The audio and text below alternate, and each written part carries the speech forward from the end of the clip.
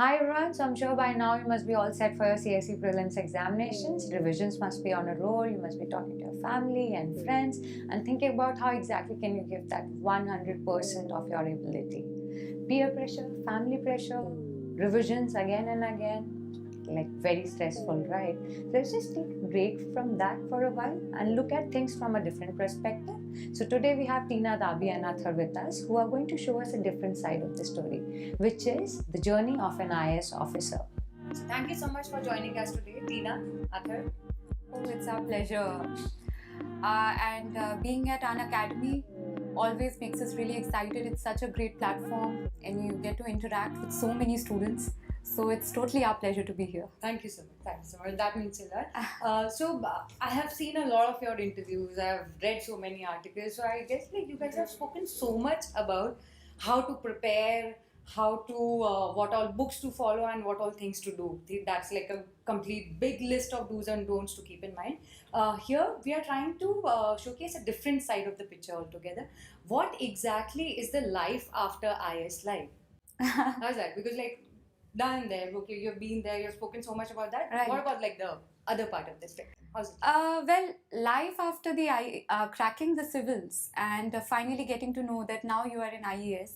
Well, for the first few months, you're on cloud nine, but then comes life at the academy, and academy makes sure that when you complete your training, you come out as a civil servant who is very disciplined, a no nonsense.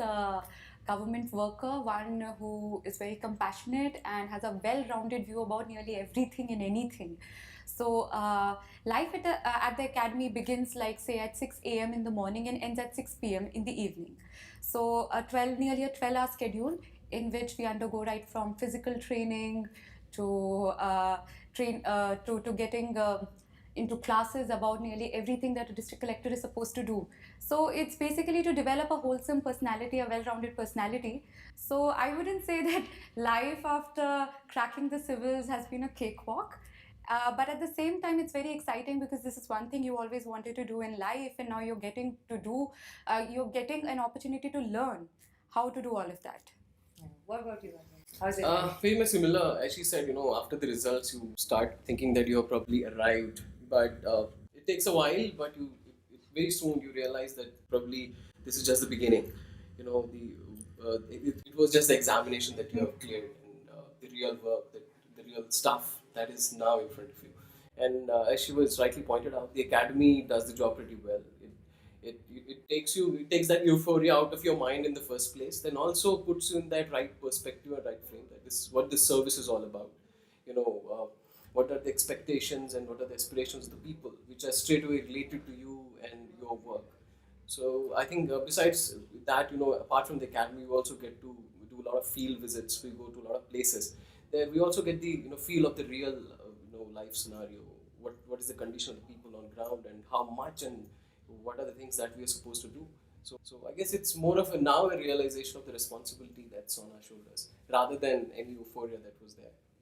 So when it comes to Indian society, so like one benchmark which is there for every student possible is just to crack IS. Okay, nothing below that. Okay, so it's like a list. Okay, IS and then IIT and IIM. So IS like is there. Okay, so I just want to understand what exactly is the role and responsibilities of an IS officer.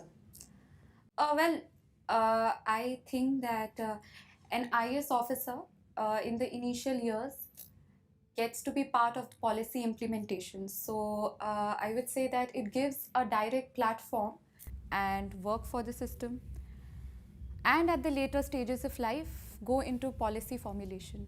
So broadly it's from policy making to policy formulation, and when we are implementing the policy at our initial stages, we start off as an STM, then go as a DM, district collector, and nearly anything and everything which concerns the district, be it drinking water, be it education, be it roads, be it infrastructure, nearly everything comes under the purview of a DM.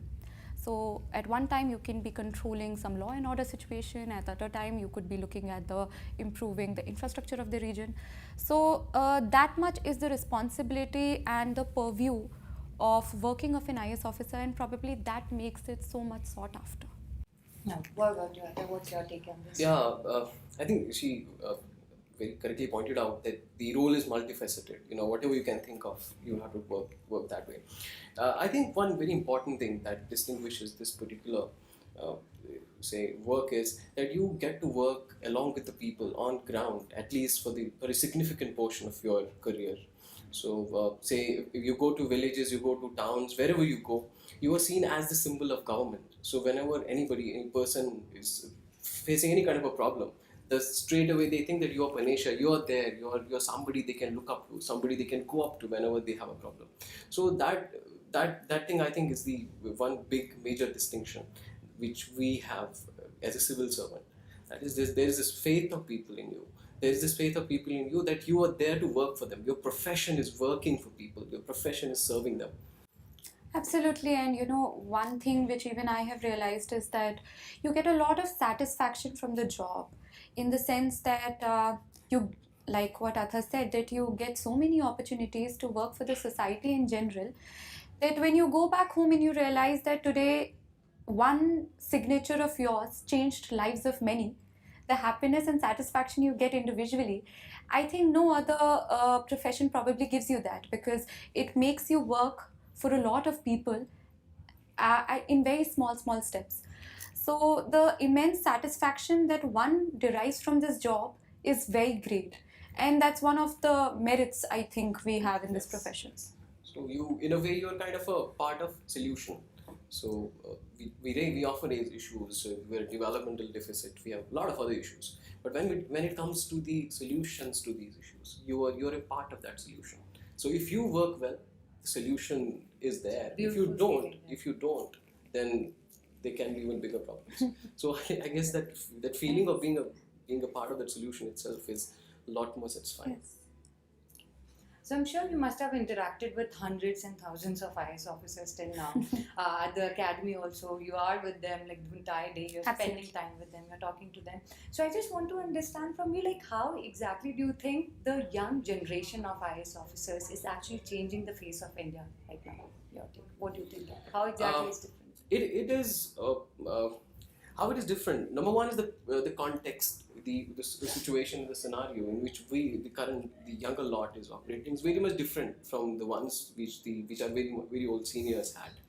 So, for example, we live in a world of social media. So you have spotlight everywhere. People know what you're doing. There is a lot of accountability now. There's a lot of awareness among people. So that sense of this understanding of this thing is also in the officers.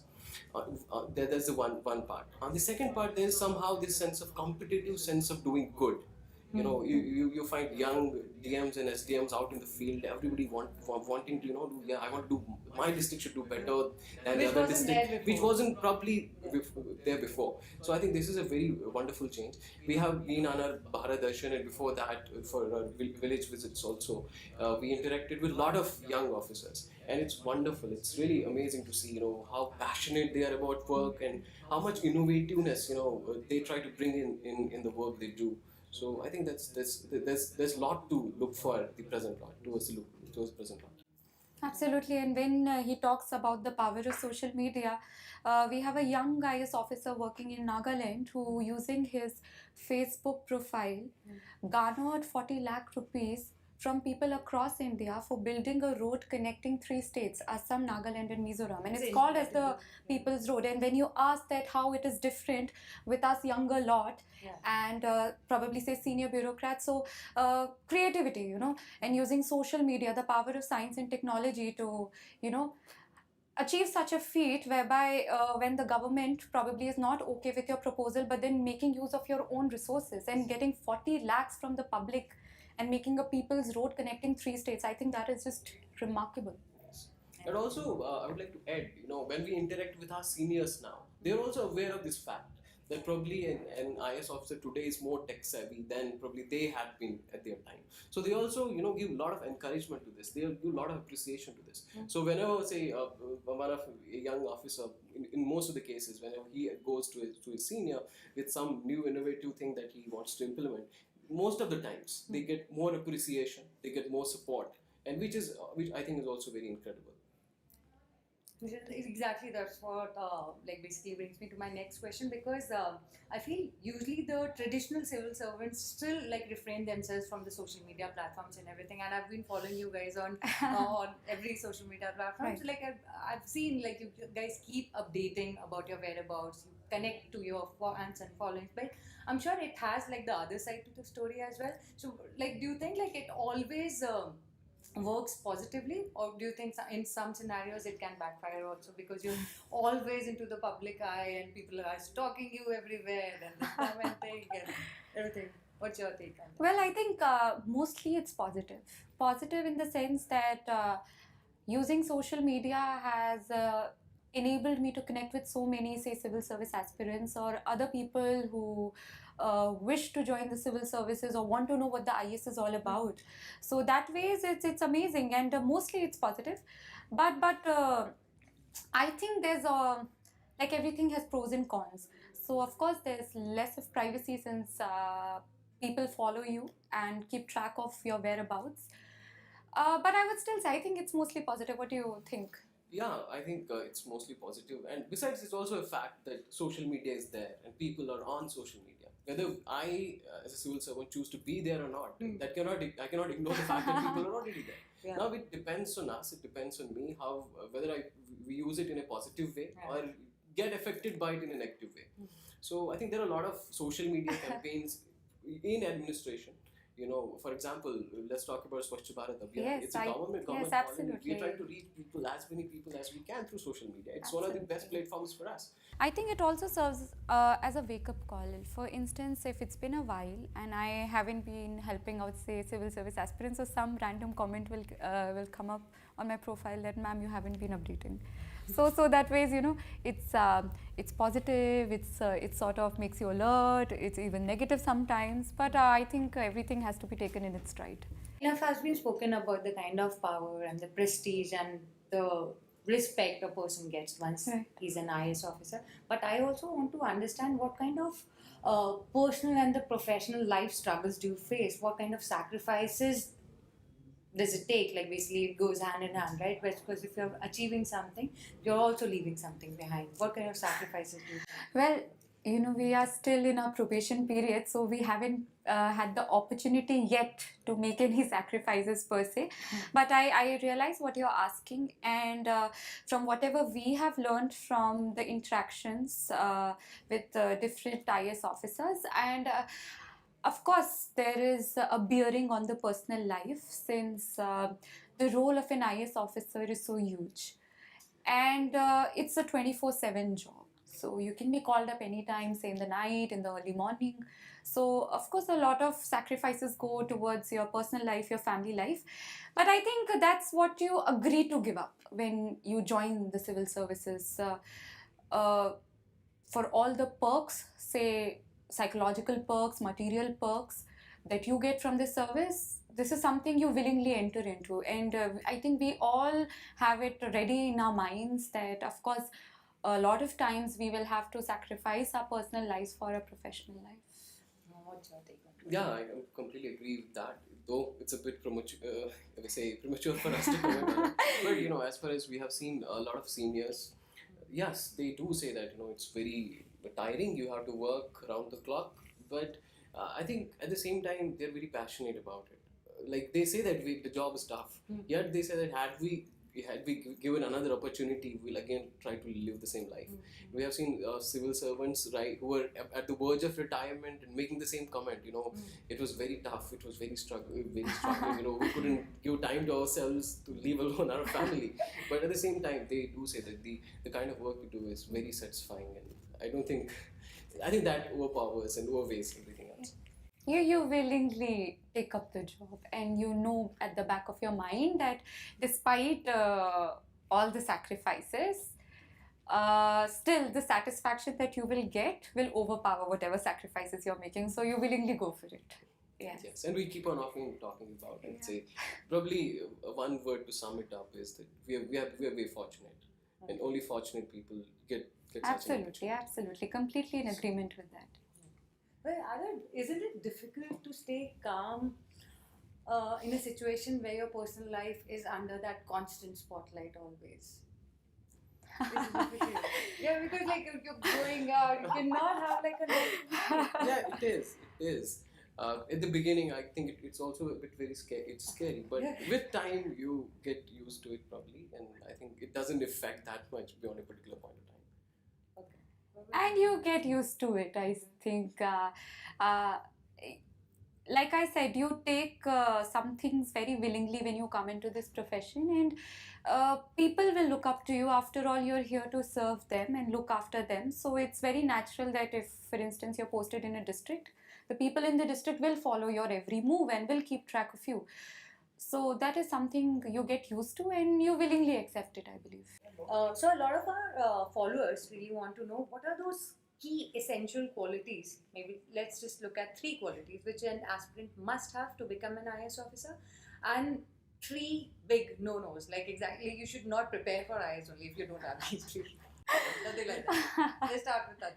Like 3 Okay. must-have qualities. 3 must-have qualities. I think it's not only 3; it has to be many. It's must. What? One is, of course, you need to have a very, very positive and realistic view of the service itself.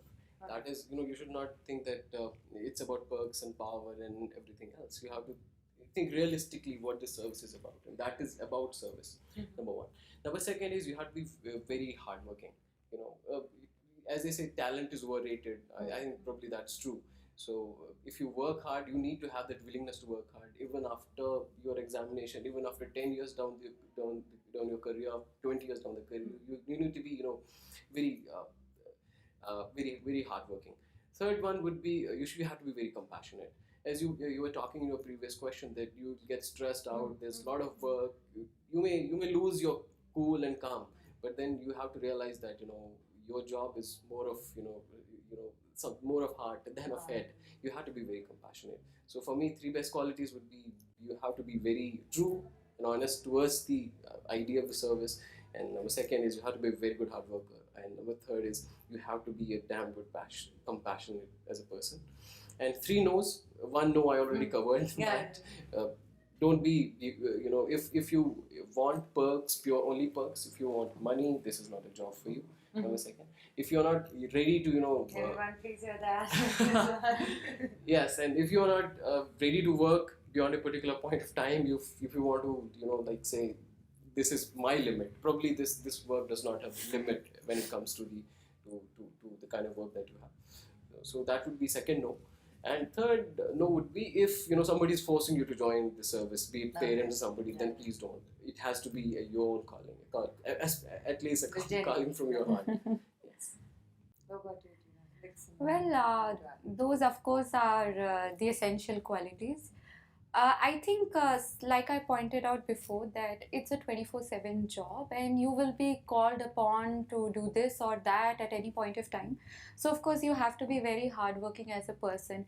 If you're a person who likes it easy in life, then this is probably not the right choice for you, because this is a profession which will demand a lot of your time and effort. So, you have to be a person who always comes on time. You have to be a person who's very dedicated to every small thing and every big thing in life. So in general, you have to be a hardworking person. Secondly, I think you have to be a very patient person. Why? Because every day, the same people or different people will come with the same problems, and you'll have to hear them out every day and every day. And sometimes the work is repetitive, and to deal with all of that, one has to be very patient. In fact, the exam requires a lot of patience. Every aspirant, anyone who sits for it, needs to give his or her 2 years of life. 1 year preparing, the other year sitting through it. So when so much time, energy, investment is involved, one needs a lot of patience, and I think patience is a very big key to being successful in this service. And third, like I completely agree with Athar here, that you have to be a person with a very compassionate heart. And the job of an IAS officer is so challenging that somewhere deep in your heart, the passion for the service, why you for the very first time thought of entering into it has to remain. So compassion and passion have to go hand in hand. So for me, these are the essential qualities. You need to be a hard worker, you need to be very patient, and you need to have a very good heart. And if we talk about no-nos, that what you should avoid, uh, well, of course, we need good people in the government. We need good people who are willing to do good for the society in general. So anybody who has other vested interests in mind, which there are sometimes, of course, we wouldn't want such people with such qualities entering into the service. So like he said, dishonest people or people having vested interests in their mind, I think we certainly do not want those kind of people coming. Other than that, I think I am actually I am a person who believe in grays. Okay, I don't believe in blacks and whites, and I believe that everybody has redeeming qualities, and there's nothing ever good or bad completely. And even if for instance, we have some negative qualities at the moment, we always have the power to change them. So apart from people coming with a vested interest to do something bad, apart from not having those people, I think anyone and everyone who wishes to be here can come here. Nice. Did you have any alternate career in your mind? Like, if not IAS, maybe I'll become a painter or something like No, for me, it was not joining IAS was not something that I had in my very early in my student life. I initially wanted to be a doctor, then later on wanted to become an engineer. Later on, I wanted to go for high studies. Okay. Later on, at some point, I wanted to do something in economics. But then, over a period of time, I realized that I was really attracted towards IAS. How did that happen? During my college years only. I come from Jammu and Kashmir, and I had a kind of distant view of two worlds. So one is when I was in college or when I would come to Delhi. So there's a different life altogether. Then I'd go back to my home, and then you also find a different life altogether. You also realize, probably you have been the luckiest one among the huge lot who has got so many opportunities. Then that kind of it kept me always thinking. So what is it that I can do that probably I can contribute back to a society, and which I would also love to do. And that I think I found it's definitely going to be civil services. So it was after a lot of options already being explored, this was the one that I arrived at. So here I did not have any alternate option. I think I had this faith. Well, I think everyone goes through that phase. Yes. So probably I had this faith that if I work hard, then I would make through. What about you? I think going into civil services was pretty fixed. My parents were very inclined, and of course, what one parent wants for their children or wishes, it has a huge bearing on our lives. So my father was very inclined that I joined the services, and somehow he felt I was always very interested and very active in community service at both school and college level. I have various records in that. So probably my father, looking at what I really like to do and how, like I said, there are a lot of perks of joining the civil service, right from getting an opportunity to work for the people, to getting individual satisfaction, to being in a position where people look up to you. So a lot of all factors combined, he convinced me to start preparing when I was in class 11th, and I think I never looked back. And there was that one most heartfelt note of appreciation you have received till date, be it from any of the colleagues or people you have worked with, or from a fan or anything?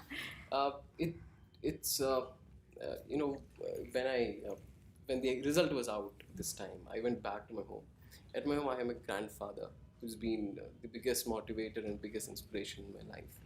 And when I saw him for the first time after the result, he came towards me, hugged me, and I saw tears in his eyes. Probably that was it. It would never get bigger than that.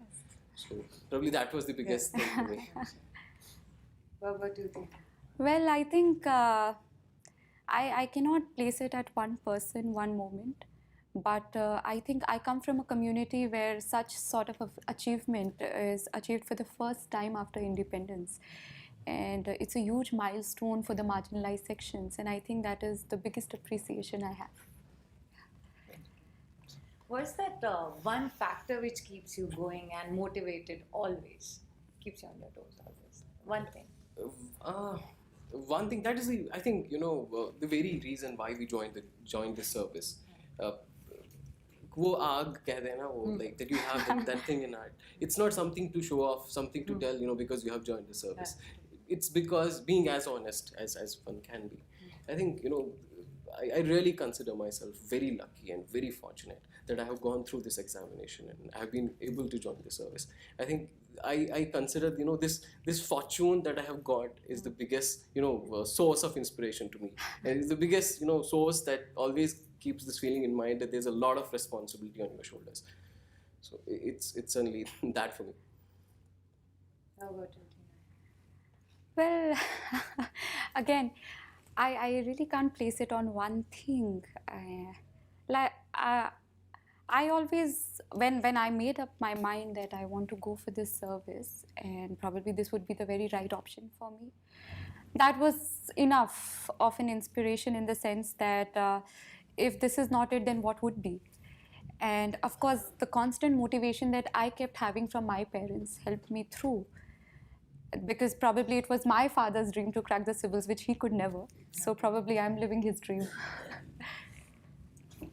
Thank you so much. And I wish to meet you guys very soon. Once you're done with your training, I would love to interview you. No, it was wonderful being here, and I think we're both very happy to have done this. Thank you. Thank you so much. Thank you, It's wonderful. Unacademy.